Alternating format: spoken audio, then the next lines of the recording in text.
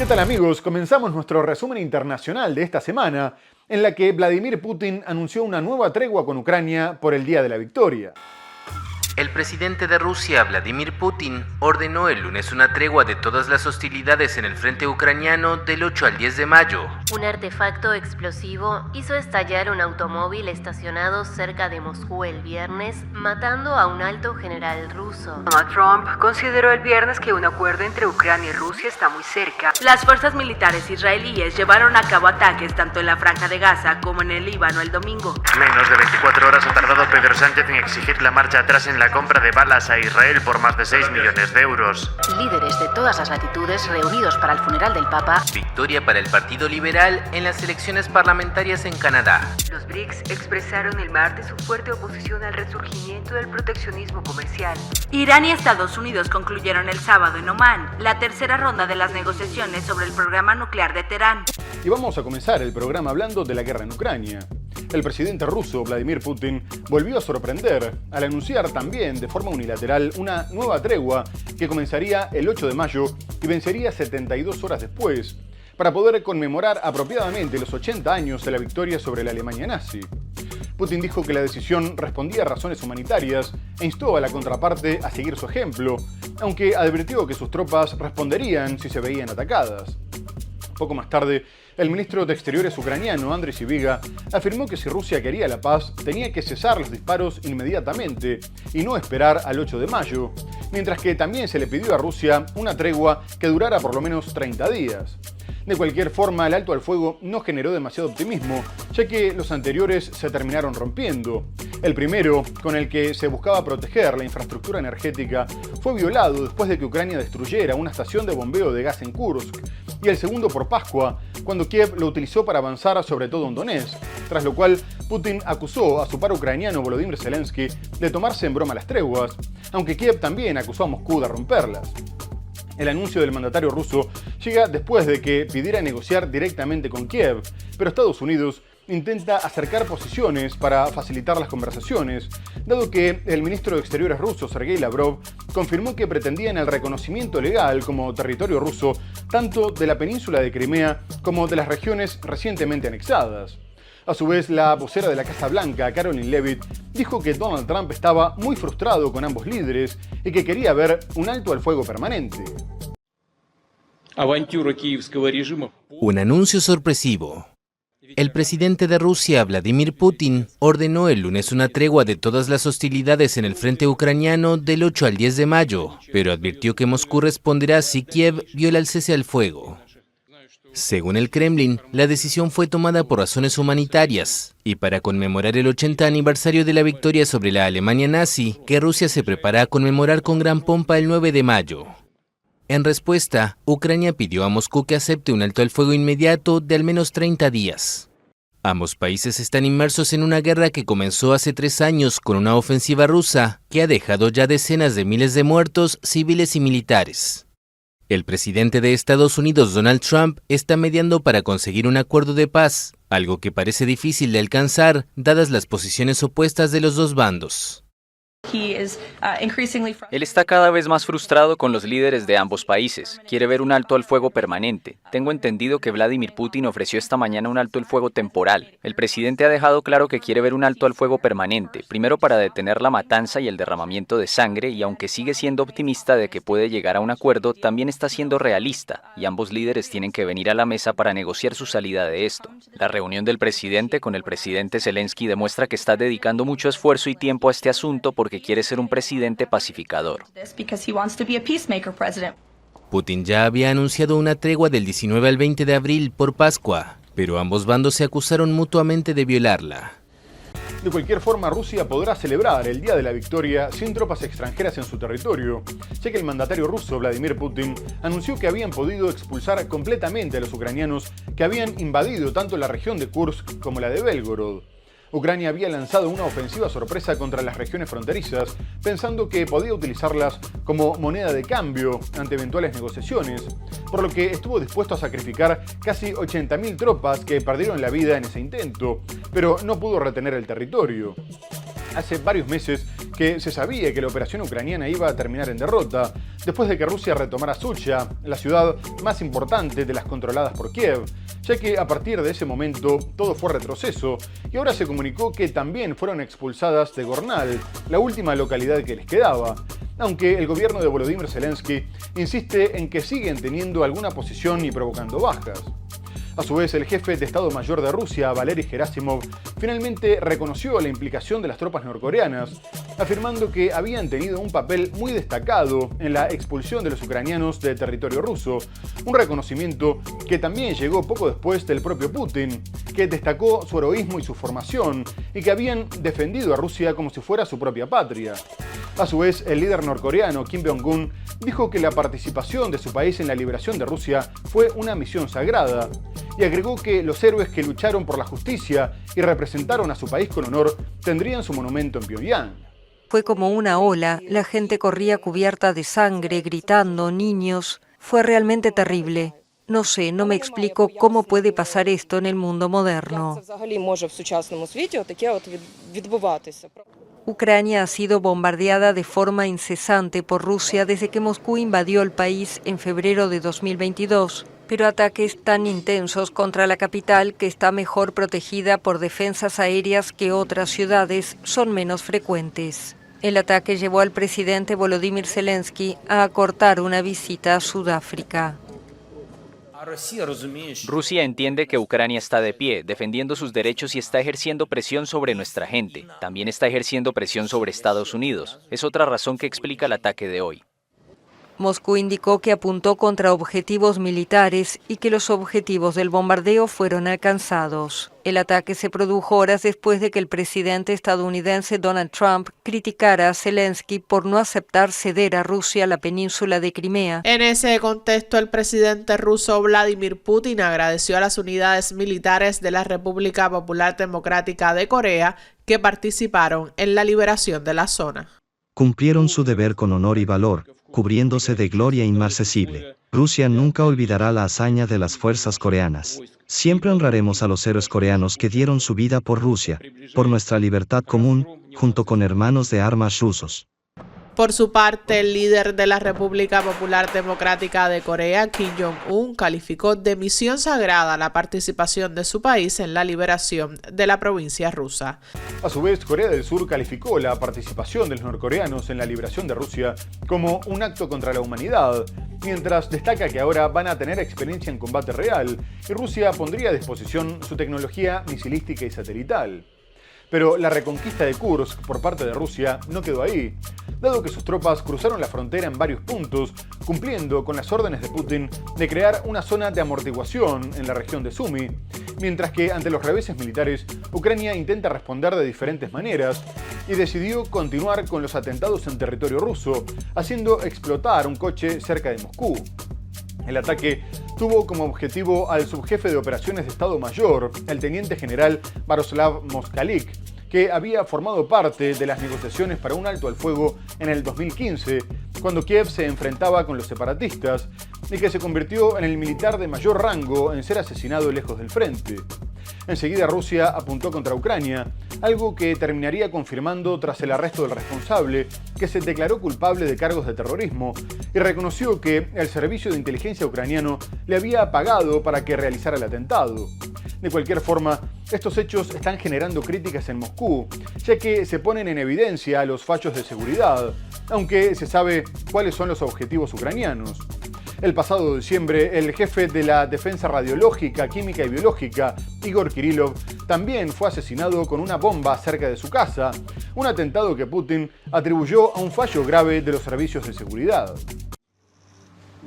Un artefacto explosivo hizo estallar un automóvil estacionado cerca de Moscú el viernes, matando a un alto general ruso. Las autoridades informaron que se trata del subdirector de la principal dirección operativa del Estado Mayor General del Ejército, que se encarga de las operaciones del ejército. El asesinato parecía similar a ataques anteriores reivindicados por Ucrania contra figuras vinculadas a la ofensiva de 3 años de Rusia en ese país. Kiev Ha llamado a alguno de ellos objetivos legítimos y ve los ataques como una represalia por la campaña militar de Moscú, que ha provocado decenas de miles de muertes. Según el sitio web del Kremlin, el general había representado al ejército ruso en conversaciones de alto el fuego con Ucrania en 2015, en medio del conflicto entre Kiev y los separatistas respaldados por Rusia. El presidente ruso Vladimir Putin lo nombró teniente general en 2021. Rusos vinculados a la ofensiva militar de Moscú en Ucrania han sido objetivo de ataques en los últimos 3 años. En algunos casos, Kiev ha reivindicado la responsabilidad o celebrado los ataques. Им оказался агент украинских спецслужб Игнат Кузин, 1983 года рождения, имеющий вид на жительство на Украине. В настоящее время с подозреваемым работают следователи Главного следственного управления Следственного комитета России.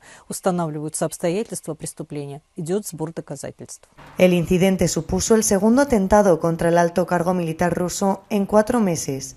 El atentado en Moscú tuvo lugar en un momento en el que el enviado de Estados Unidos para los conflictos, Steve Witkoff, se reunía por 4ª vez con Vladimir Putin en un intento de acercar posiciones y facilitar la posibilidad de que comiencen negociaciones directas, ya que Kiev aseguró que estaba dispuesto a hacerlo bajo cualquier formato, aunque antes tenía que haber un alto al fuego. Poco más tarde, el Kremlin dijo que las conversaciones habían sido constructivas y muy útiles, mientras que Donald Trump aseguró que un acuerdo entre Rusia y Ucrania estaba muy cerca, gracias a los contactos positivos que mantenía con ambos países. Y los medios destacaron que el mandatario ruso había dejado la puerta abierta a renunciar a las partes de las regiones recientemente anexadas que siguen bajo el control de Ucrania, congelando la línea del frente en la ubicación actual, lo que hizo que Trump hablara de grandes concesiones por parte de Moscú, sosteniendo que incluso el hecho de que renunciara a apoderarse de todo el país era un gesto importante. Además, había atacado a Zelensky, ya que parte del plan de Estados Unidos es que Ucrania y la comunidad internacional reconozcan la península de Crimea como parte de Rusia, y después de que el mandatario ucraniano asegurara que no iba a ceder ningún territorio porque la Constitución no se lo permitía, consideró que sus declaraciones incendiarias dificultaban la resolución de la guerra, destacando que Zelensky tenía que entender que Crimea ya estaba perdida. Además, la propuesta de Estados Unidos hizo que Zelensky saliera a criticar a Witkoff, acusándolo de difundir narrativa rusa y sosteniendo que no tenía derecho a negociar con los territorios ucranianos porque estos solo le pertenecían al pueblo ucraniano. El presidente estadounidense Donald Trump consideró el viernes que un acuerdo entre Ucrania y Rusia está muy cerca, después de las conversaciones de su emisario Steve Witkoff con el mandatario ruso Vladimir Putin en el Kremlin. Poco después de aterrizar en Roma para el funeral del Papa Francisco, Trump afirmó en su red Truth Social que Rusia y Ucrania están muy cerca de un acuerdo de cese el fuego tras un buen día de conversaciones con ambos países. Durante la 4ª reunión entre Witkoff y Putin, desde que se reanudaron las relaciones entre ambos países, a iniciativa del dirigente estadounidense, discutieron la posibilidad de lanzar negociaciones directas entre ambos bandos. Mientras, el consejero diplomático de Putin, Yuri Ushakov, reportó conversaciones constructivas y muy útiles a lo largo de 3 horas, el ministro de Relaciones Exteriores ruso, Sergei Lavrov, había dicho antes que Rusia estaba lista para alcanzar un acuerdo. Las negociaciones están centradas en este momento en la cuestión de la península ucraniana de Crimea, anexionada por Moscú en 2014 y que, según Trump, permanecerá en Rusia. El tema de posibles conexiones territoriales levanta ampollas en Ucrania, donde Rusia controla cerca del 20% del territorio. Por su parte, Ucrania desea que sus aliados occidentales le ofrezcan garantías de seguridad sólidas que disuadan a Moscú de atacar de nuevo tras la conclusión de un alto al fuego. Previamente, Trump había reprochado al presidente ucraniano Volodymyr Zelensky que estuviera bloqueando las conversaciones al negarse a reconocer ese territorio como ruso. No obstante, poco después, el presidente norteamericano volvió a cambiar de postura y amenazó a Rusia con incrementar las sanciones porque no estaba seguro de que quisiera la paz. Este nuevo giro tuvo lugar después de que Moscú llevara a cabo el mayor ataque contra Kiev en varios meses, lanzando 70 misiles y 145 drones y dejando 12 personas muertas. El mandatario norteamericano dijo que estos bombardeos eran innecesarios, llegaban en mal momento y apuntaban contra civiles, algo que fue negado por Rusia, que sostiene que todos los objetivos eran militares. Además, Trump volvió a apuntar contra Rusia después de reunirse improvisadamente con Zelensky en el funeral del Papa Francisco. Posteriormente, Estados Unidos dijo que el encuentro había sido muy productivo, mientras que Ucrania aseguró que podría ser histórico si lograba tener consecuencias concretas. De cualquier forma, los medios afirman que el plan sigue siendo el levantamiento de las sanciones y la entrega a Rusia de Crimea y las 4 regiones en disputa, mientras que Washington también pretende quedarse con la central nuclear de Zaporilla. A cambio, se le darían garantías de seguridad a Ucrania, con la entrega de más armamento y la presencia de tropas europeas en su territorio. Y poco después del encuentro en el Vaticano, Trump dijo que veía a Zelensky más calmado y que, más allá de su negativa, creía que sí estaba dispuesto a ceder Crimea, mientras que estaba muy decepcionado con Rusia por los últimos bombardeos. A su vez, el secretario de Estado, Marco Rubio, reiteró que tenía que haber progresos significativos a más tardar esta semana, porque si no, abandonarían los esfuerzos de paz para dedicar su tiempo a cuestiones tanto o más importantes que la guerra en Ucrania. La capital ucraniana sufrió en la madrugada del jueves el mayor ataque ruso en meses. Según la Fuerza Aérea Ucraniana, Rusia disparó 70 misiles y 145 drones durante la noche, principalmente contra Kiev. De estos, 112 fueron derribados. El ataque llevó al presidente Volodymyr Zelensky a acortar una visita a Sudáfrica. Rusia entiende que Ucrania está de pie, defendiendo sus derechos y está ejerciendo presión sobre nuestra gente. También está ejerciendo presión sobre Estados Unidos. Es otra razón que explica el ataque de hoy. Moscú indicó que apuntó contra objetivos militares y que los objetivos del bombardeo fueron alcanzados. El ataque se produjo horas después de que el presidente estadounidense Donald Trump criticara a Zelensky por no aceptar ceder a Rusia la península de Crimea, que Moscú se anexionó en 2014 como parte de un eventual acuerdo de paz. El jueves, en un reproche inusual a su par ruso Vladimir Putin, Trump expresó su frustración por los ataques sobre Kiev. No era necesario y es muy inoportuno, escribió en las redes sociales. Vladimir, detente, 5.000 soldados mueren cada semana. Hagamos ya el acuerdo de paz. Por su parte, la Unión Europea estimó que el bombardeo contra Kiev muestra que Rusia es el verdadero obstáculo a la paz. Según la prensa estadounidense, el plan de Donald Trump concedería Crimea a Rusia, pero también las 4 regiones ampliamente invadidas en el este de Ucrania y el levantamiento de las sanciones. Mire, lo de Crimea fue hace 12 años, fue el presidente Obama, la abandonaron sin disparar un tiro, así que no me hable a mí de Crimea. Y ahora vamos a dejar de lado la guerra en Ucrania para ir a Medio Oriente, porque Israel continuó con sus ataques aéreos contra Gaza y aumentó las zonas bajo su control, mientras emite nuevas órdenes de evacuación y continúa con el bloqueo de bienes esenciales. A su vez, el jefe del ejército, el Shah al-Samir, advirtió que si no veían progresos en la devolución de los rehenes en un futuro próximo, ampliarían sus actividades en una operación mayor y más significativa. Israel asegura que sus ataques apuntan contra centros de mando de Hamás, pero la mayoría de las víctimas siguen siendo civiles, sobre todo mujeres y niños, elevando las muertes alrededor de 2.000 desde que Israel rompió el alto al fuego y llevando el número total a más de 51.000. A su vez, Naciones Unidas condenó el desplazamiento forzoso de la población a zonas cada vez más reducidas, ya que el territorio prohibido por Israel y tomado por su ejército representa el 50% de la franja, y estas áreas ascienden al 70% si se suman las zonas donde se ordenaron evacuaciones, mientras que el ministro de Defensa, Israel Katz, comunicó que no se iban a retirar una vez terminado el conflicto armado. Asimismo, el Programa Mundial de Alimentos advirtió que las reservas de alimentos se habían agotado en el enclave, poniendo en riesgo a cientos de miles de palestinos. Pero Israel también siguió apuntando contra el territorio libanés y atacó Beirut por tercera vez desde el acuerdo de alto al fuego, asegurando que había destruido un almacén de misiles de precisión de Hezbollah, tras ordenar la evacuación en los suburbios de la capital. Por su parte, el presidente libanés, Joseph Aoun, les pidió a Estados Unidos y Francia, garantes de la tregua, que presionaran a Israel para que respetara el acuerdo. Las fuerzas militares israelíes llevaron a cabo ataques tanto en la Franja de Gaza como en el Líbano el domingo.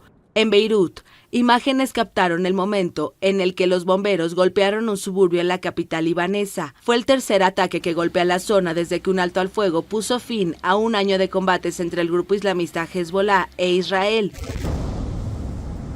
Según el ejército israelí, el ataque aéreo alcanzó un bastión de Hezbollah al sur de Beirut y se produjo después de que el Estado judío pidiera a los civiles que abandonaran la zona. En la Franja de Gaza, Defensa Civil confirmó que 8 personas murieron por ataques aéreos israelíes en diferentes lugares del territorio palestino. Entre los muertos se encuentra un joven de 17 años que perdió la vida cerca de Khan Yunis. Los datos publicados por el Ministerio de Salud de Gaza indican que al menos 2.111 palestinos han muerto desde que Israel reanudó su ofensiva el 18 de marzo, después de una tregua de 2 meses. Pero el número de muertos desde el comienzo de la guerra en el territorio palestino es de 52.200 personas. Las reservas de alimentos y el apoyo a cientos de miles de palestinos en Gaza se han agotado bajo el bloqueo israelí de casi 8 semanas, según el Programa Mundial de Alimentos. El programa, que ha estado apoyando a 37 cocinas que producían unas 500.000 comidas al día, dijo que había entregado las últimas existencias. El 80% de la población de Gaza, de más de 2 millones de personas, depende principalmente de las cocinas de beneficencia para alimentarse. Pero Hamás tiene más problemas aparte de Israel, dado que el presidente de la Autoridad Nacional Palestina, Mahmoud Abbas, se distanció definitivamente de la organización islamista, llamándolos hijos de perro y exigiéndoles que liberaran a los rehenes israelíes, que se desarmaran y que le entregaran el poder a su partido para poner fin al conflicto armado. A su vez agregó que le estaban dando excusas a la ocupación israelí para cometer sus crímenes y lamentó que fuera el pueblo palestino el que pagara el precio, ya que desde el 2007, cuando Hamás tomó el poder, el número de muertos palestinos había aumentado notablemente. No obstante, se destacó que los muertos a manos de Israel también habían aumentado en Cisjordania, al igual que los ataques de los colonos radicales, a pesar de que Hamás no tiene en ese territorio ningún papel institucional.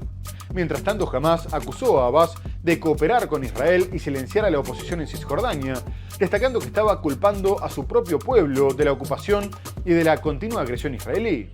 Pero la Autoridad Nacional Palestina también apuntó contra Israel, denunciando ante la Corte Internacional de Justicia que utilizaba el bloqueo de la ayuda humanitaria como arma de guerra, agregando que 9 de cada 10 palestinos ni siquiera tenían acceso a agua potable. El tribunal comenzó 5 días de audiencias después de que la Asamblea General de Naciones Unidas le pidiera que definiera las obligaciones de Israel como potencia ocupante y como miembro de la organización. A su vez, Israel intentó presentarse como la víctima, denunciando una persecución sistemática, y aseguró que los que tenían que ser juzgados eran la ONU y su Agencia para los Refugiados Palestinos, que se habían vuelto antisemitas.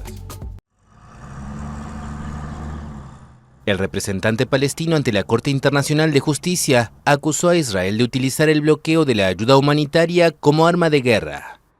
El máximo tribunal de la ONU empezó el lunes 5 días de audiencias para aclarar qué debe hacer Israel con respecto a la presencia de la ONU y sus agencias, organizaciones internacionales o de otros estados para asegurar y facilitar la entrada sin obstáculos de suministros urgentes esenciales para la supervivencia de la población civil palestina.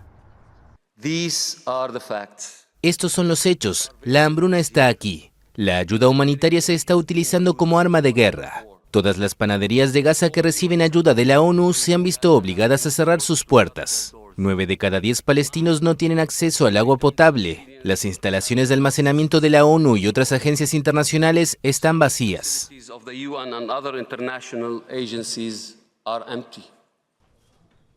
Israel, que no reconoce la jurisdicción de la Corte con sede en La Haya y anunció que no participaría del proceso, denunció una persecución sistemática y apuntó contra la ONU y en particular contra su Agencia para los Refugiados Palestinos.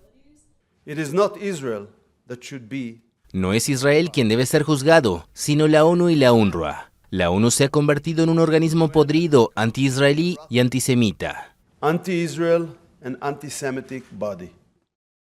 Un panel de 15 jueces pronunciará un dictamen consultivo tras escuchar los argumentos de una decena de estados, del representante de los palestinos y de organizaciones.